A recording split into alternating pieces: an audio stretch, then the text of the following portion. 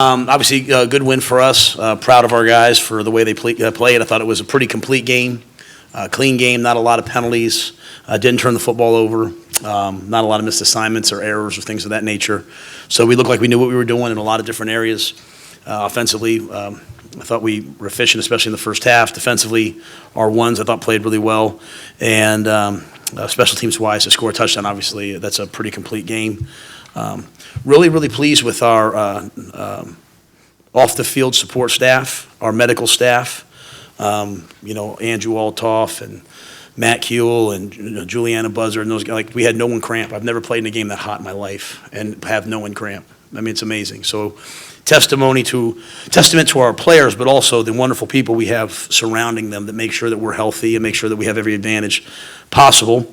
And at the end, maybe you saw we sent the players over to the sideline. I just thought it was amazing that those young people in the Band of the Line, those freshmen, stayed there that long and cheered till the very end. And then at the end of the game, didn't leave. They still were out there after we were done praying. So really appreciate everyone that came today, but special thanks to the people that sat in the sun and watched that whole game because that certainly means a lot to us. And hopefully they saw a team that tried to play for as long and hard as they could. So we have a lot of respect for UTSA. We know they're a good football team, but it was a challenge that we undertook today, and I was proud to see the way we played.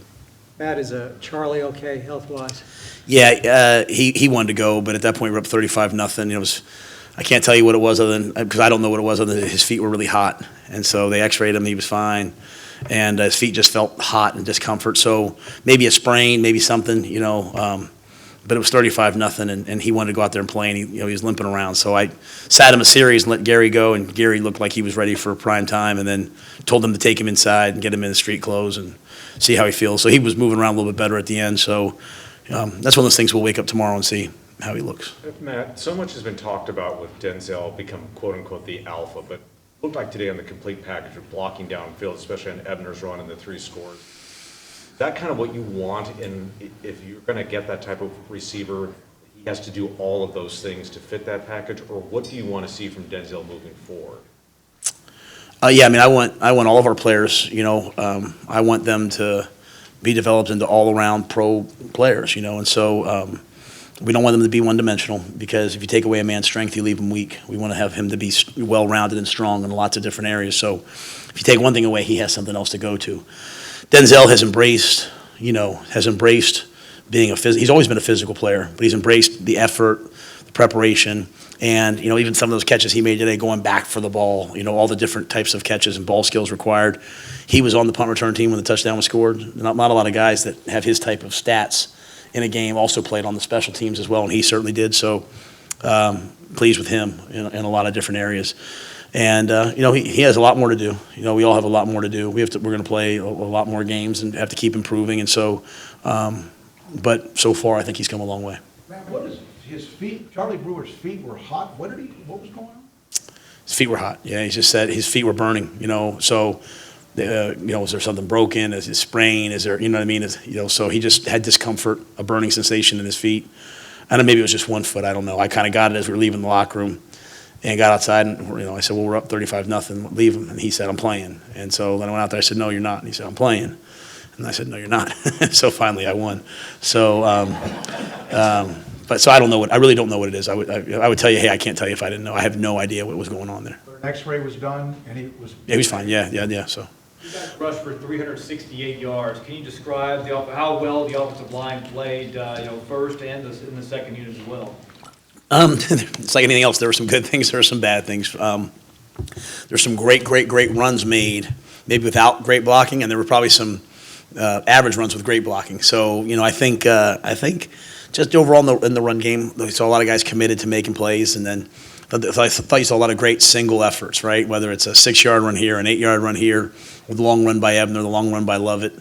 Quaylen's run, he made a guy miss in the hole. So the thing that I liked was in the second quarter, we were able to, we put 2 tight ends on the field, and if they single covered us, we threw it up to Denzel or whomever, and if they double covered those guys, we ran the football and just kind of tried to put the other team in conflict. And Charlie did a great job of managing that, getting us in the right place. So, it's nice when we have some spread things and some tempo things, but we can also line up and try to run the football with power and authority and play action off of it. So I'd have to watch the tape to say exactly how I feel, to be quite honest, but I like their effort and their demeanor, and those are the things that really matter to me on game day. Nothing's ever going to be perfect, but if you have a great attitude and you keep coming back, play after play, usually good things happen, and they certainly had the right look in their eye on the sideline. You talked about being close last week on a couple of the punt returns, possible, but just missed it. What was the difference today? And it looked like there were guys, like you said, blocking way downfield. Yeah, we had a couple guys last week that were blocking, and they kind of let up. They thought the play was dead, and then it wasn't dead. And I thought what you saw today was guys blocking all the way to the whistle. And what's cool is, it's Chris Platt, it's Blake Lynch, it's RJ, it's all these guys. Maybe not RJ, but Tyquan. It was all those guys that play on offense and defense. We had an NFL, not even scout, but this general manager type person in the other day, and he was just talking about the commitment of our seniors to playing special teams and how you don't see that everywhere. And that's not me, that's not Coach Saravo, that's our seniors. And so those guys, they're not just playing special teams by returning, they're out there blocking for Grayland and all those things. So I just think they learned from last week and they improved in terms of making those blocks. In your home stadium, against that program, 2 years later, does that game kind of show the way that y'all won today? Does that show how far y'all have come? Well, certainly I think, I'd be remiss if I didn't say we've come a long way, right, in 2 years. But, each game's its own game. And, they had they're a different team than they were 2 years ago. We're a different team than we were 2 years ago. To me, I think the biggest thing is, how we bounced back from last week. We weren't sloppy. We weren't, the first drive, we didn't move the ball on offense, and the defense went right back out there. And so the biggest thing for me is that we're not being, we're not beating ourselves. We don't look sloppy. Like, we're not trash talking. We're not doing all those things. We're playing football. And so, I probably think it kind of stands on its own merits. I've tried to forget the game from 2 years ago, but at the same time, it's also created us into who we are. I try to forget the emotion of it maybe, but I also recognize that those losses, that first season, taught our guys a lot of lessons and helped our guys mature. So when they're out there playing now, they really appreciate what it takes to win a football game. Matt, you mentioned it being the hottest game you've ever been, a part of. What were just some of the challenges of that? Just guys taking care of themselves and hydrating because you can't do it on Thursday, Friday. You have to do it all week. Having your twos be ready. You want to play your starters on special teams because they're the best at them, but then they play too much. But I thought we managed it. There wasn't a time during the game where I felt like, hey, we can't play these. We can't play this guy right now because he's overheated. And part of that was because our defense was getting off the field on third down, and I think our offense was 6 of 9 on third down. So, the offense was able to stay on the field. The defense was able to get off the field, and so those things obviously help. But I was pleased with our ability to handle the heat. I mean, it was certainly discomfort. It wasn't comfortable, but we're not here to be comfortable. We're here to play, and we appreciate the opportunity to play. Coach, UTSA completed one more pass. They ran 4 more plays and had the ball on offense 3 more minutes than we did. What does that say about the efficiency of your team to still go out and win by 49? Yeah, I mean, those kind of stats to me only really matter when the game is close.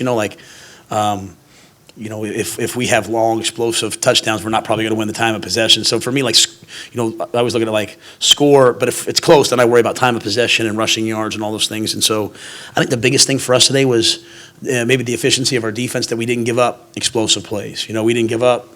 Even the drives they had, I can't really remember too much about them other than they had to kind of make a lot of plays to make those things happen. If you do that, eventually someone usually makes a mistake and you can get off the field. And so I'm just pleased with now the long run with the young guys at the end. Obviously that's not what we want, but with our starting defense and the kind of the immediate twos, I'm just pleased with the efficiency they're showing in terms of, you're going to make a first down, but they're not going to give up the 70-yard touchdown, at least through 2 games. We'll have to continue that. And then, offensively, I think, we had some big play capability, had some big play strikes, and then obviously the punt return, kind of helped flip that for them. Matt, you were concerned about Frank Harris coming in. What did y'all do to contain him like you did? Thought we did a nice job of blitzing. I mean, we had some blitzes where we got some sacks. We spied him with some different people, and we played some zone coverages. Where when he did escape, we had zone defenders instead of man. Man defenders could have their back turned. He could run for 60, so we tried to play zone defenses. And so we did some special things today that we haven't done. And I thought Phil had a great game plan. A couple of them went out there we were struggling in, so we went back to some base stuff. And I thought we did a nice job of handling those things, playing the deep ball, even, Kalen at the end playing the deep ball and the go route. So didn't give him anything other than that one run. Gary had nearly 100 yards rushing, 96 I think he finished with. On that long run he had where he tripped up at the end, what was your reaction while that was going on? Well, I'm fired up for him. I mean, he's just such a likable guy. And I think you see some of the dynamic nature of some of the runs he was making, But, I thought he was going to have a touchdown. And then later on, he had a touchdown. He cut right, and the guy made the tackle. So I was making fun of him on the headset. He doesn't like to get in the end zone.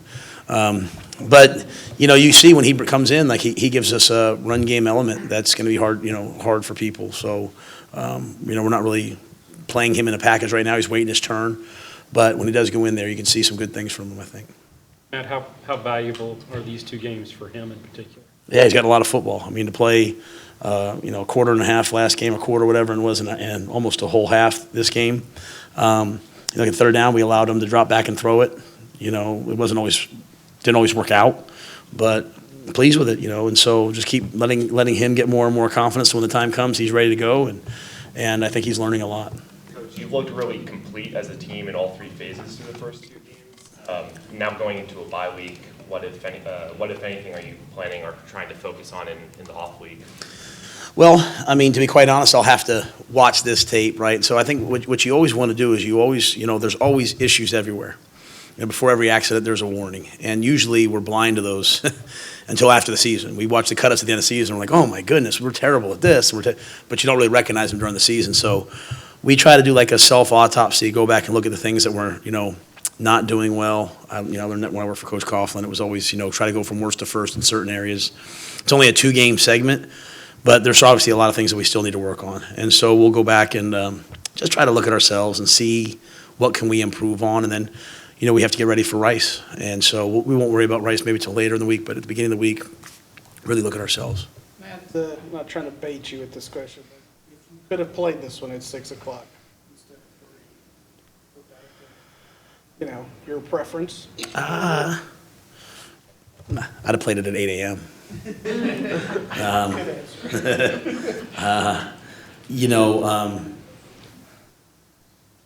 I don't know. Because here's why. I think I'm one, you can ask Mac in the moment, he's like, let's play early.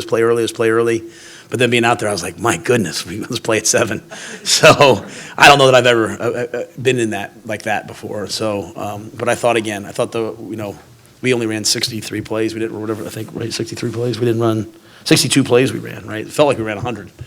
But so it wasn't like it was out of control. Again, I thought that all the people around our program did a great job of keeping our guys fresh.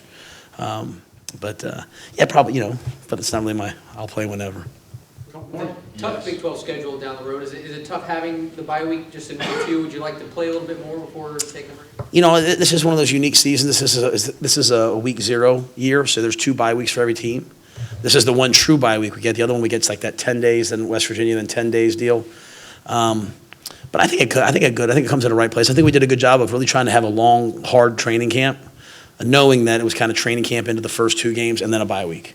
And so I always like having a bye week, early in the season. Guys have a chance to kind of catch their breath, really get locked in on, we can make sure everyone's in class, doing well in school and getting off to a great start. And then we have the second bye week to really focus maybe a little more on recruiting and at the same time, kind of catch our breath before the stretch run of the season. So, we've played 2 games. I think it's a great time for us to look at ourselves and also try to let our guys, physically heal up a little bit before we head into this next part of the season.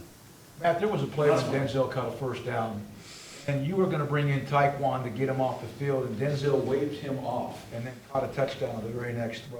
Can you describe his toughness now compared, not that he wasn't tough, but how much he's grown up in that role, wanting to take every single snap he can?